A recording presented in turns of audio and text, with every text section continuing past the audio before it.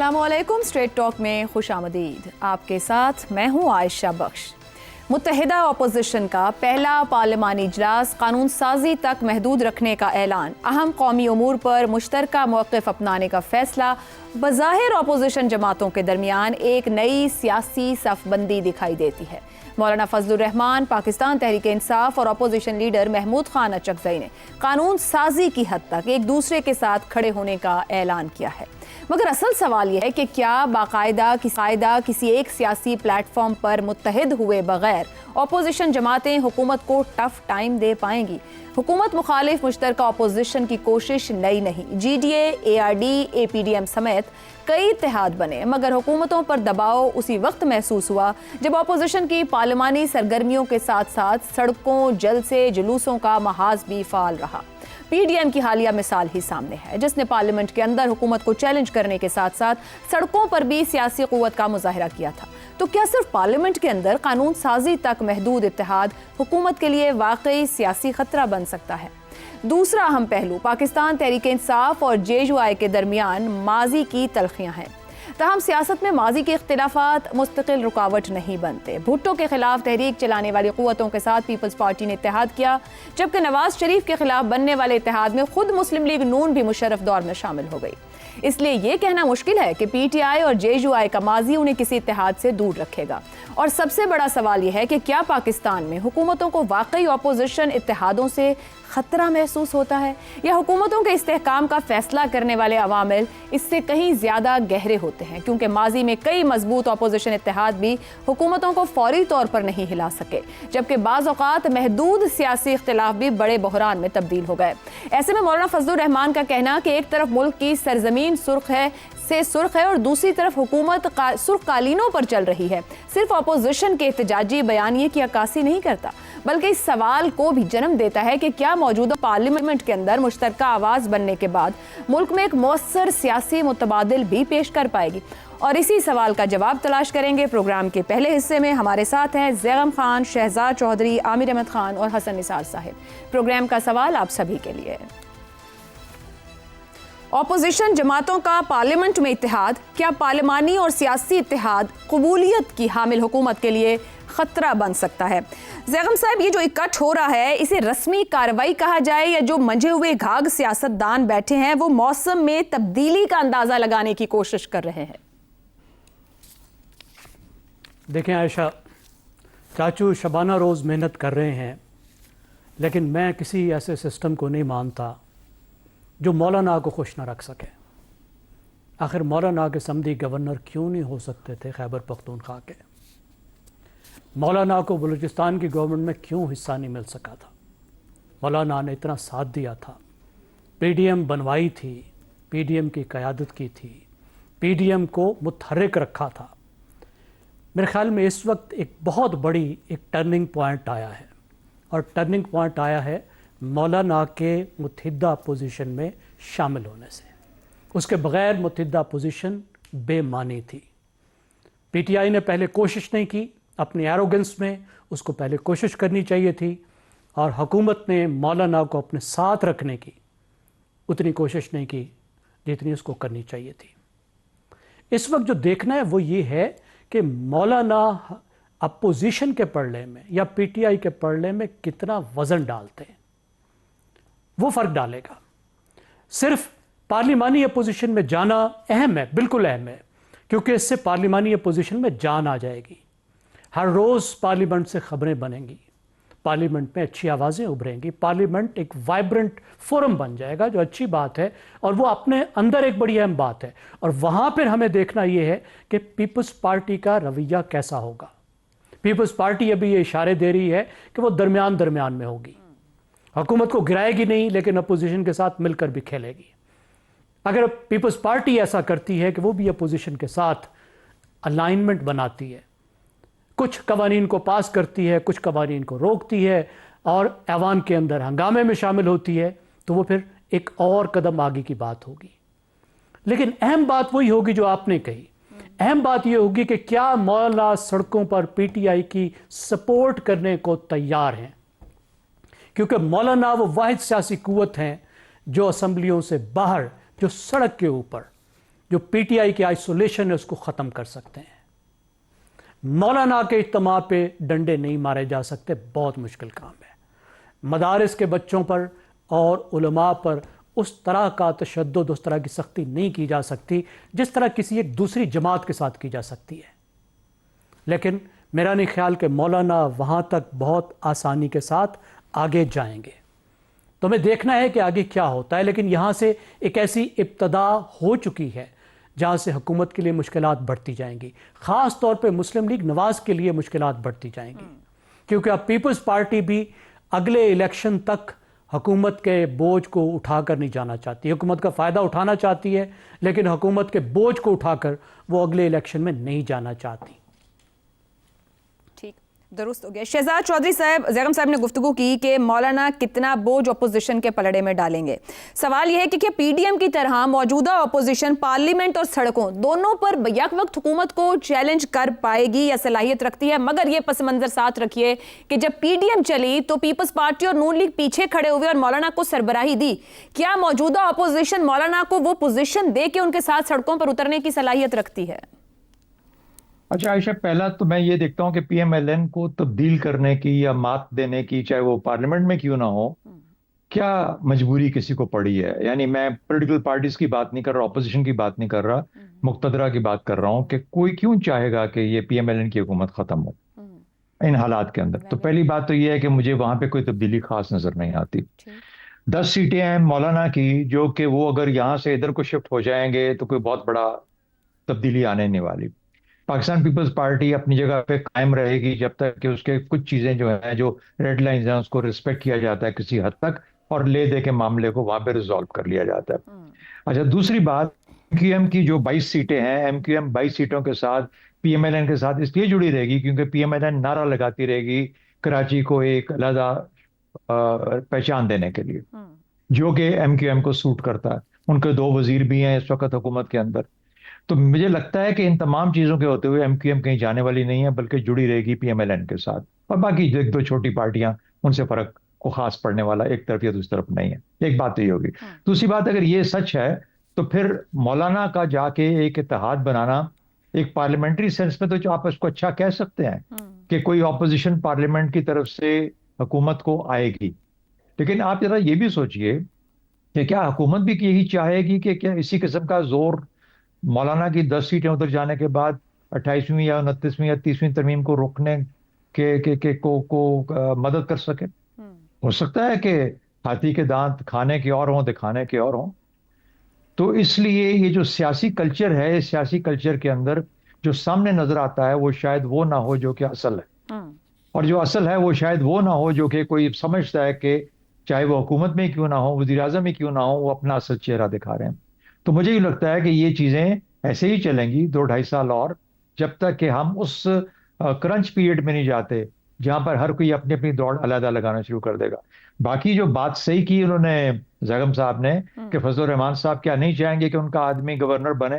मेरे ख्याल में जरूर चाहेंगे, और शायद दिस इज द लीस्ट जो कि वो तवक्को कर सकते हैं कि कोई ऐसा काम किया जाए।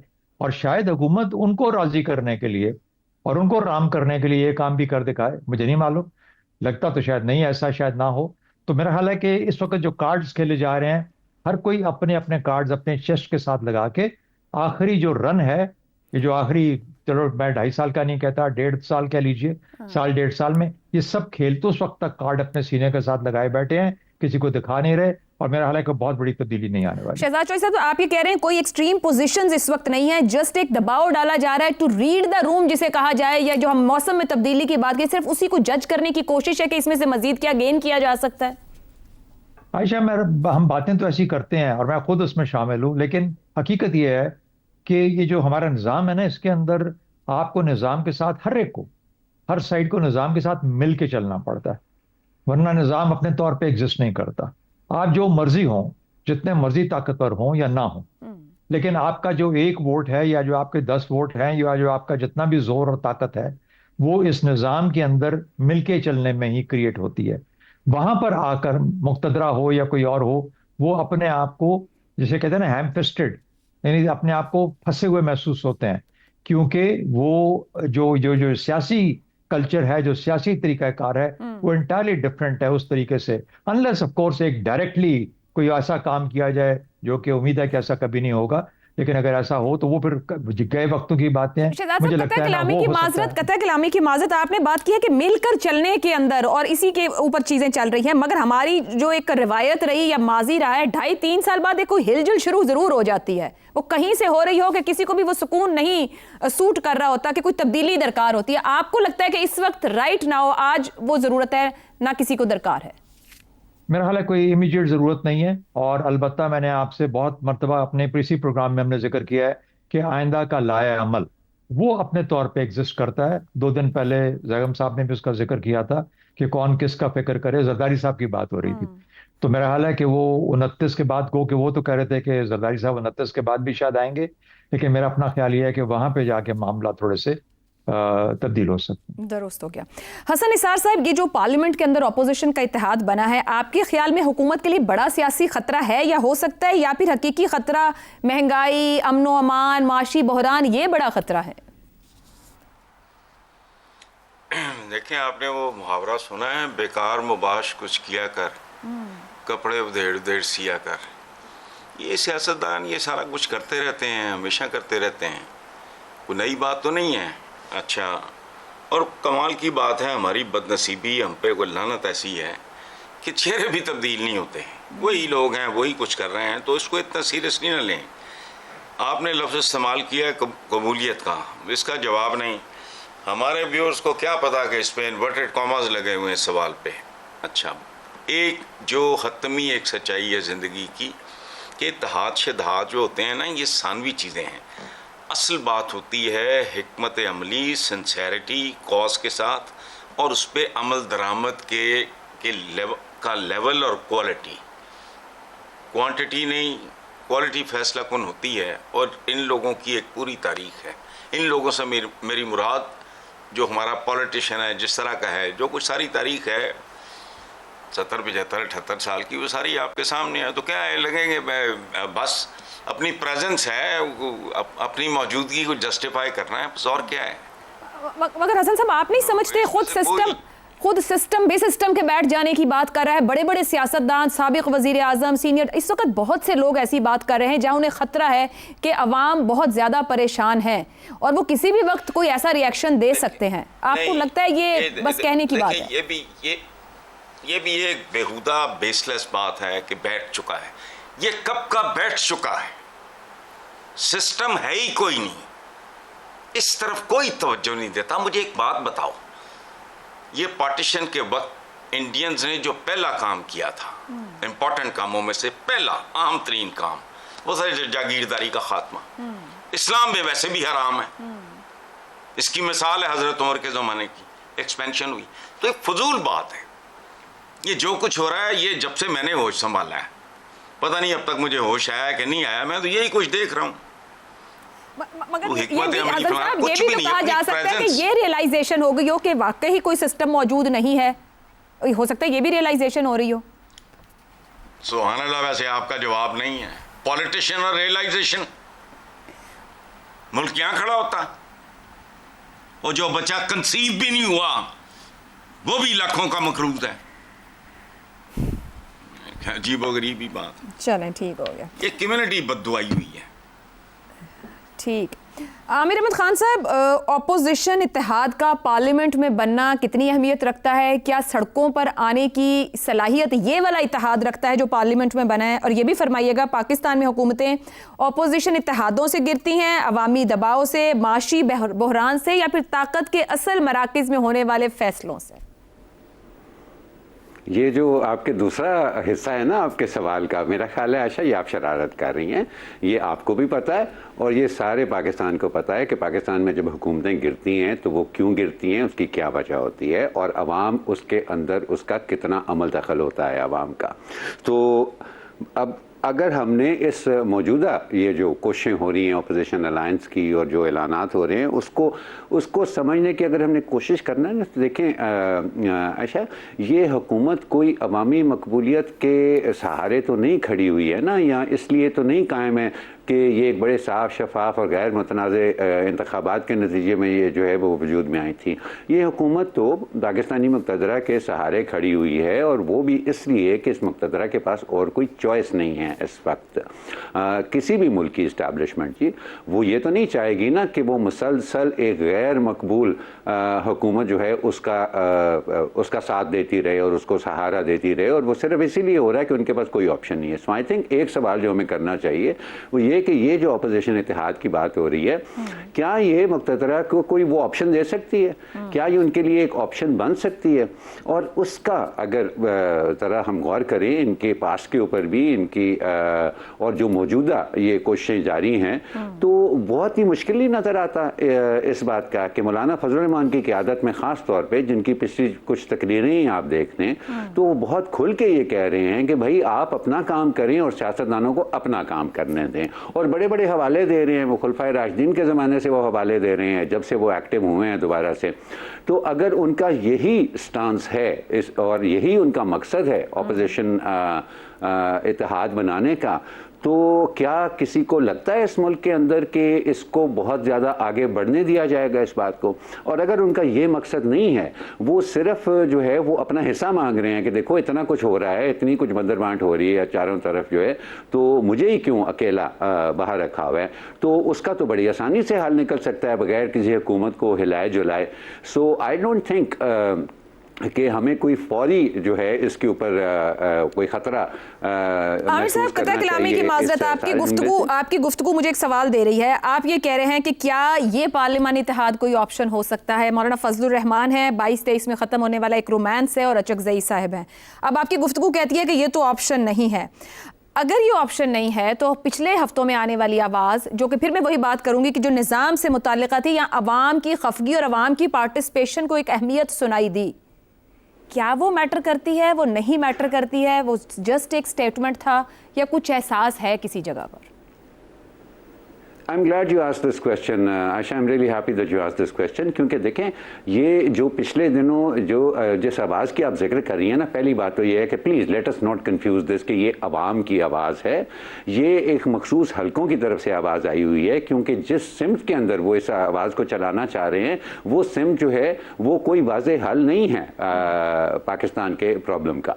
और दूसरी चीज़ आयशा जो हमें जहन में रखनी चाहिए कि ये ऑलरेडी एक बोसीदा निज़ाम में, अगर आप 4 ईंटें इधर से उठा के उधर रख दें या 4 ईंटें उधर से उठा के इधर रख दें, तो इसका मतलब ये नहीं है कि वो बोसीदा दीवार जो है वो फिर से मजबूत हो जाएगी और उसका आप एक किला भी बना सकेंगे। ये जो डेग्रेडेशन हुई है हमारे सिस्टम में और जिस तरह से मुसलसल जारी है, इसका हल क्या निकलना है वो कहना बहुत मुश्किल है। लेकिन ये जो इधर अब दाएं बाएं चीजें हो रही हैं ना, ये किसी चीज का हल नहीं है जी, और इससे किसी किस्म की उम्मीद लगाना मैं तो कम से कम मुनासिब नहीं समझता। गुफ्तगू यहाँ तक पहुंची कि मसाइल बेतहाशा हैं, हल मौजूद नहीं है, मगर क्या मौजूदा सूरत हाल एक स्लिपरी स्लोप पर है, ये आने वाले दिन तय करेंगे। हम एक ब्रेक लेते हैं, ब्रेक से वापस आएंगे तो बात करेंगे एग्रीकल्चर यानी कि ज़राअत को लेके, जो मईशत का 23% है, मगर हालात बहुत ख़राब हैं। इस बहरान के पीछे वजूहात इस ब्रेक के बाद।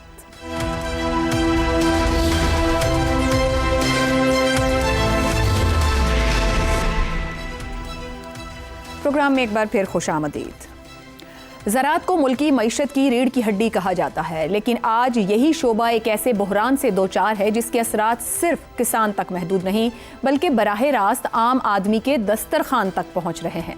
मुल्क में ज़राअत मजमूई कौमी पैदावार का 23.4% हिस्सा रखती है और करीबन 33% लेबर फोर्स को रोज़गार भी फराहम करती है। मगर किसान गंदम की मुनासिब कीमत ना मिलने, महंगी बिजली, खाद की बढ़ती कीमतों, पानी की कमी, ज़रूरी अजनास पर इनकम टैक्स और हुकूमती पॉलिसीज़ में गैर यकीनी के खिलाफ एहतजाज पर मजबूर हैं। किसानों का दावा है कि मौजूदा पॉलिसीज से उन्हें खरबों रुपए का नुकसान हुआ और गंदम की काश्त में 40% तक कमी हो रही है। दूसरी तरफ हुकूमत कभी चीनी कभी गंदम सस्ती बरामद करके वही महंगी दरामद करती है। किसान इत्तेहाद ने 25 सितंबर को इस्लामाबाद में मिलियन मार्च का भी ऐलान कर रखा है। किसानों का मुतालबा सिर्फ बेहतर कीमत नहीं बल्कि पूरी ज़रूरी पॉलिसी पर नजरसानी है। लेकिन इस बहरान की दूसरी तस्वीर इससे भी ज्यादा तशवीशनाक है। अक़वाम मुत्तहिदा की food security and nutrition report के मुताबिक गुज़िश्ता बरस पाकिस्तान की 63% 63% आबादी यानी करीबन 16 करोड़ अफराद सेहत बख्श और मुतवाज़न खुराक खरीदने की इस्तिताअत ही नहीं रखते थे।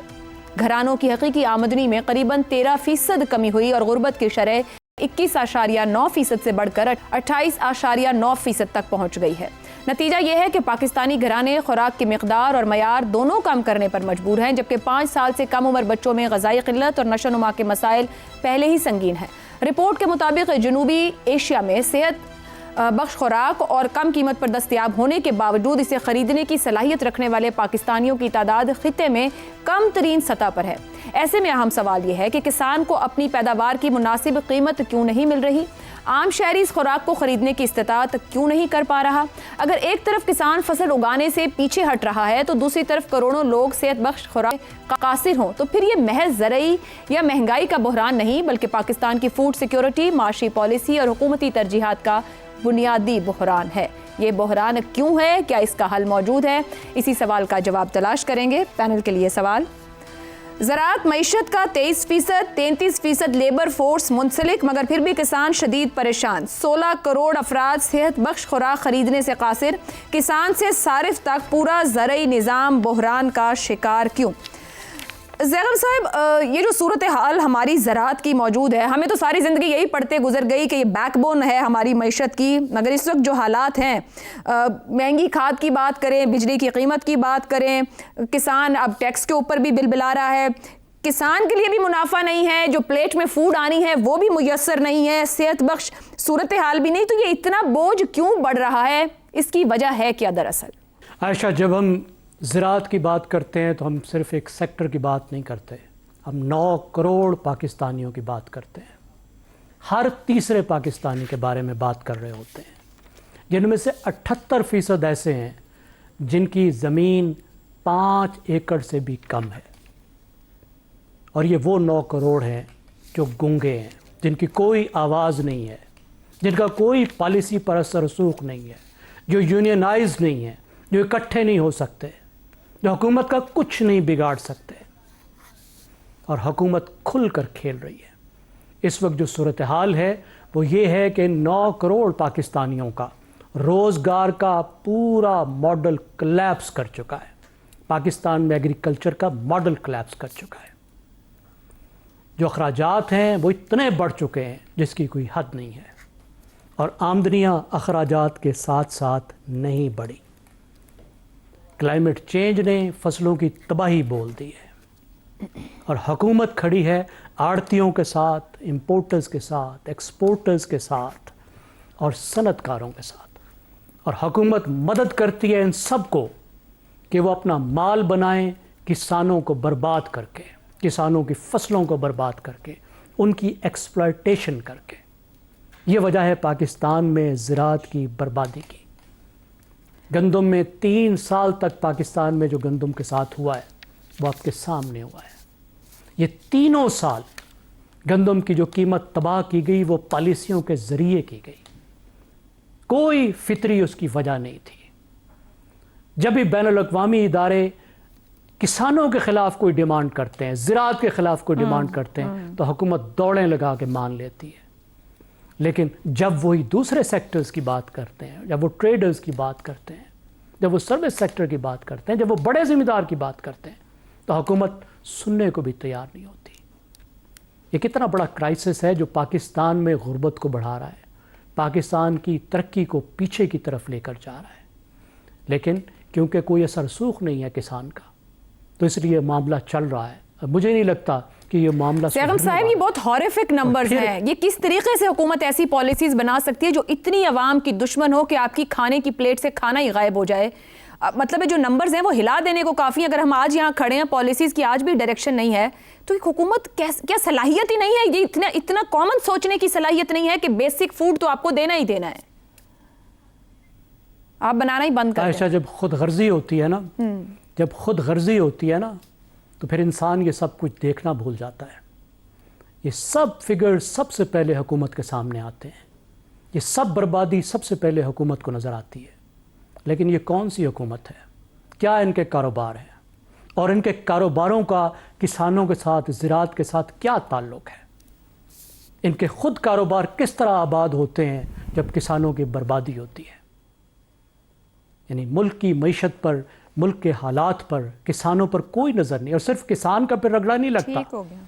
किसान की बर्बादी होती है तो साथ में गरीब कंज्यूमर का भी रगड़ा नहीं, बिल्कुल ऐसा है, उनकी बर्बादी भी साथ में होती है। और ये वो सेक्टर है, देखिए ये वो सेक्टर है जो ये लोग खुद कहते हैं कि पाकिस्तान में जब मैन्युफैक्चरिंग सारी की सारी चीन लेकर चला गया है तो ज़राअत वो सेक्टर है जो इस मुल्क की मईशत को उठा सकता है। बिल्कुल ऐसा है, दुरुस्त हो गया, जो दुरुस्त एक हो दो चीज़ों में से एक है। बिल्कुल ठीक। आमिर साहब, मैं अभी भी इस बात को नहीं समझ पाई कि ज़राअत के बगैर, यानी कि फूड बास्केट के बगैर आप सरवाइव भी कैसे कर सकते हैं। कहाँ पर ज़रई और माशी पॉलिसी के दरमियान खराबी कहाँ है, या वो दिमाग ही मौजूद नहीं है जो इस मसले का हल निकाल सके। देखिए, मईशत तो दर्जनों पहियों पे चलने वाली गाड़ी होती है ना, तो अगर तो उसके बाकी के तमाम पहिए सही चल रहे हैं और एक में कोई ख़राबी आ जाए तो फिर तो ये सवाल बनता है कि आखिर ये बहरान क्यों पैदा हुआ। लेकिन जब उसका कुछ भी सही नहीं चल रहा, आप मुझे बताएं ना कि क्या इंडस्ट्री हमारी धड़ाधड़ एक्सपोर्ट करके तो ज़र मुबादला जो है वो पाकिस्तान के अंदर ला रही है, क्या हमारे ट्रेडर्स जो हैं वो बड़ी ईमानदारी से कमाई कर रहे हैं और उसके ऊपर बड़ी ईमानदारी से टैक्स दे रहे हैं, क्या कोई भी हमारी मईशत की चीज़ जो है वो ठीक है, जो कि ज़राअत के बारे में हम ख़ास तौर पे ये सवाल उठाएं कि जी इसमें भी क्या ख़राबी है। ज़ाहिर है कि जब सारा निज़ाम जो है वो ही टूट फूट का शिकार है, it's a broken system basically, तो उससे ज़राअत भी इम्पैक्ट होगी। लेकिन एक जो इम्पॉर्टेंट चीज़ मेरा ख्याल है अब इनको समझने की कोशिश तो कम से कम करनी चाहिए हमारे हुक्मराना को, वो ये है कि इस वक्त जो किसानों का मुतालबा है ना आशा, वो मैं सुन रहा था उनकी बातें, और वो कह रहे थे कि जी ये पंजाब की चीफ मिनिस्टर साहिबा जो है ना ये मुस्ताफ़ी हों क्योंकि इनको तो सिरे से इस शोबे का कुछ पता ही नहीं है।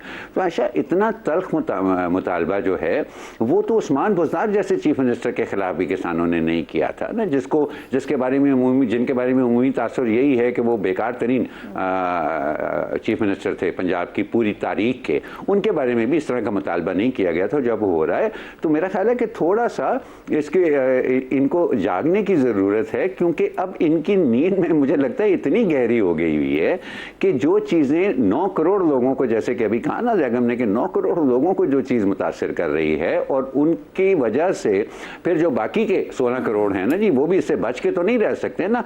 एक बहुत ही छोटा सा तबका है जिसको कोई फ़र्क नहीं पड़ता कि पाकिस्तान का क्या हाल है, उसके दस्तरखान से कभी खाना गायब नहीं होगा, चाहे पाकिस्तान के अंदर कुछ भी हो जाए, उसके अलावा तो हर ही कोई मुतासिर होता है। तो पता नहीं, वो हमें तो लगता है कि ये वक्त सर से गुजर चुका है, लेकिन इनको लगता है कि नहीं अभी बड़ा वक्त पड़ा है, ये वक्त आएगा। बड़ी अहम बात की है, इनको फर्क पड़ता है या नहीं, मगर अगर अवाम की मेज से खाना गायब करें, यानी गंदम और चीनी के साथ भी ऐसी प्ले बुक बनाकर चलेंगे तो फिर बहुत फर्क पड़ेगा। एक ब्रेक लेते हैं, ब्रेक के बाद गुफ्तगू आगे बढ़ाएंगे।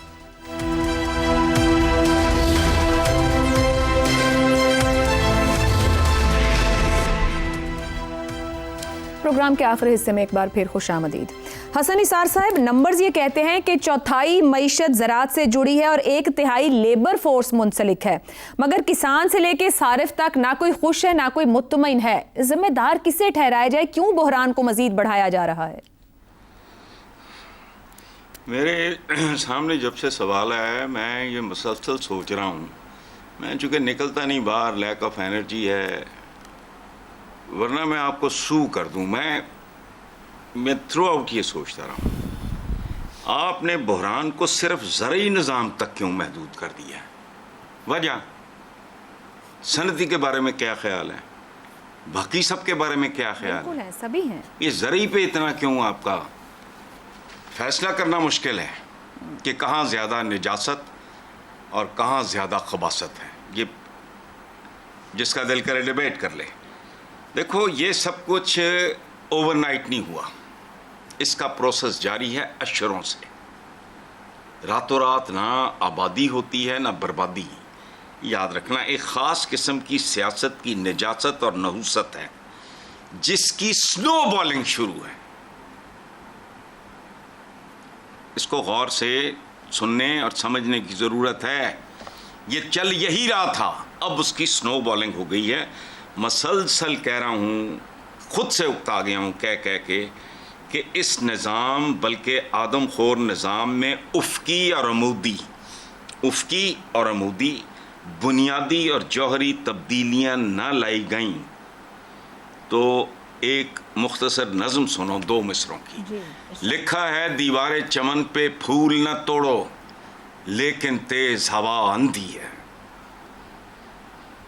दीवारें चमन भी जाएगी और चमन भी। आखिरी बात, ये रिकॉर्ड पे रहे, चंद साल हैं अब सिर्फ, अगर उनमें भी कुछ ना हुआ तो फिर ये तब्दीलियां ले भी आओगे तो कुछ भी रिवर्स नहीं होना। शहजाद, नॉट जस्ट ज़राई निज़ाम। बिल्कुल आप दुरुस्त बात करें। शहजाद चौधरी साहब, किसानों ने गंदम की काश्त में 40% कमी का दावा किया है। मैं इसलिए कह रही हूँ कि नंबर हिला रहे हैं, जब हम आबादी मुस्तकिल बढ़ा रहे हैं, ज़र मुबादला ज़खायर हमारे पास नहीं है, और अगर किसान भी फसल उगाने से पीछे हट गया तो ये जो हम फूड बास्केट की जो सूरत हाल है, इसकी सिक्योरिटी का कोई हल है फिर हमारे पास? इतनी बेहिसी कैसे हो सकती है? अच्छा आयशा, एक तो ज़राअत हमारी मईशत की रीढ़ की हड्डी है। ये वो नारा है जो कि 47 के बाद से हम सुनते आ रहे हैं। तो इसका मतलब ये है कि अब हम वो जो एक हड्डी रह गई थी, रीढ़ की हड्डी, उसके भी अब पुर्जे पुर्जे कर रहे हैं। तो मईशत हम नहीं चाहते इस मुल्क के अंदर, इसलिए हम ये काम कर रहे हैं। हाल यही सोच सकता है, वरना तो कोई ये हरकत ना करता। दूसरी बात, ये रिलेटिवली लेट ये ट्रेंड है। यानी गंदम हो, कपास हो, गन्ना हो, जो भी हो, ये मामलात खासतौर पर गंदम के पिछले 4-5 साल में ज्यादा उभर के सामने आए। ऐसा ही है। वरना हमारी गंदम कफील, हम गंदम में कफील हुआ करते थे। ये फूड सिक्योरिटी का मसला है। इस साल भी 32 मिलियन एकर्स पे लगाई गई है, हमारे यहाँ गंदम लगाई गई है। यानी ये कहते हैं काफी मिकदार है हमारी रिक्वायरमेंट के मुताबिक, करीबन जरूरत की पैदा की गई है, लेकिन बहुत जल्द क्राइसिस में आ गए हम। लेकिन फौरन ही वो जो खरीदी गई है, जो कि आनी चाहिए हमारे हुकूमती निजाम में, वो नहीं आई, गायब हो गई। तो किसने गायब की? आड़तियों ने, दरमियान मिडिल मैन ने गायब की। वो कौन मिडिल मैन है? वो 11 कंपनियां जो कि सामने नहीं आई, जो कि हुकूमत ने अपॉइंट की थी, लेकिन गंदम किसी के पास चली गई। इसकी वजह से शॉर्टेज जो क्रिएट होगी, उसके खौफ से 30 लाख टन गंदम अभी इंपोर्ट करने का हुक्म जारी हुआ। अच्छा, अब इसके अंदर खेल क्या है कि क्या वही जो गायब हुई है उसी को इंपोर्टेड गंदम हायर प्राइस पे करके क्या मार्केट में दोबारा मार्केट किया जाएगा? तो ये manipulation of the market, manipulation of commodity, manipulation of price at the cost of the common man. 25 रुपए की रोटी हो चुकी है उसकी। अच्छा, अब इससे अंदाजा ये लगाइए कि जो हमारे पास असल में ये चीनी का राज है ना, चीनी का, जिसने चीनी ने रास्ता दिखाया हुआ इस पूरी कौम को कि कैसे तबाह करना है, उसने गंदम वालों ने कहा हम क्यों पीछे रहे, यानी हुकूमती निजाम मैनिपुलेटर ने, जिस चीनी का हम निजाम चलाते हैं, अब गंदम ने भी वो पैसा अब उन लोगों को देना शुरू कर दिया है जो कि चीनी वाले खा रहे थे। और पूरे हमारे सामने उसकी कहानी है, वो जो माफिया उसका, अब गंदम का माफिया भी क्रिएट हो गया इस मुल्क के अंदर। कपास जो इस वक्त में, आज से 5-7 साल पहले की बात है, इस मुल्क में 11 से 12 मिलियन बेल्स जो है वो क्रिएट वो होती थी और एक्सपोर्ट होती थी कपास। अब सिर्फ 5 से 6 मिलियन बेल्स भी हम आ गए हैं और इंपोर्ट करते हैं रॉ कॉटन। इंपोर्ट करके उसको पाकिस्तान के पानियों के साथ धोया जाता है, तैयार करके यान बना के उसके बाद दोबारा एक्सपोर्ट किया जाता है। यानी पानी भी हम अपना तबाह कर रहे हैं। गन्ने ने कपास की जगह ले ली और गन्ना पूरे साल की फसल है, ये सिर्फ पानी पीता है। बिल्कुल। तो ये हमारी ये जो इशराफिया है ना, जिनकी मिलें हैं और जिनके मामलात हैं, ये सब उनका किया कराया खेल है। आम आदमी रगड़ा जाएगा।